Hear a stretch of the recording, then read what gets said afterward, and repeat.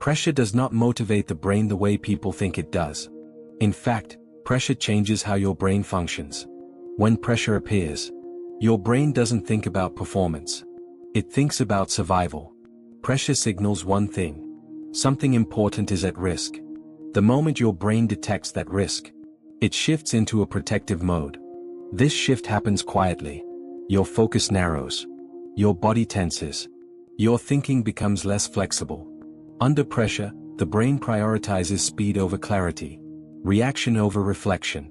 This is why simple tasks suddenly feel harder. When pressure is present, your brain is no longer asking, "How do I do this well?" It is asking, "How do I get through this?" Pressure reduces access to creativity. It limits problem solving. It pulls your attention toward potential failure. Not because you are weak, but because your nervous system is alert. In small amounts, pressure can sharpen attention. But when pressure feels constant or overwhelming, the brain becomes defensive. Instead of moving forward, it hesitates.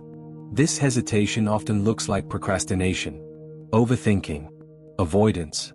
But these are not flaws. They are signs that the brain feels overloaded. Under pressure, your brain tries to regain control. One way it does this is by slowing down action. Delay becomes a form of safety. Another way pressure affects the brain is through emotional suppression. When pressure is high, your brain pushes emotions aside to stay functional. But suppressed emotions don't disappear. They accumulate. Over time, this creates mental fatigue. You may feel tired without knowing why, unmotivated without a clear reason, drained even after rest. This is not laziness. It is nervous system exhaustion. The problem with pressure is not that it exists. The problem is when pressure never releases. The brain needs cycles: effort and recovery, focus and relief. Without recovery, pressure turns into chronic stress.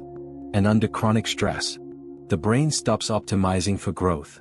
It optimizes for safety. This is why progress often stalls.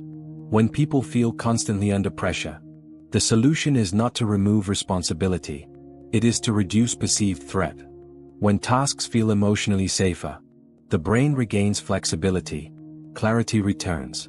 Movement feels possible again. Pressure loses its grip when the brain no longer feels cornered. So if pressure has been making you freeze, slow down, or avoid things you care about, that does not mean you are failing. It means your brain is protecting you. And once it feels safe enough, it will let you move again.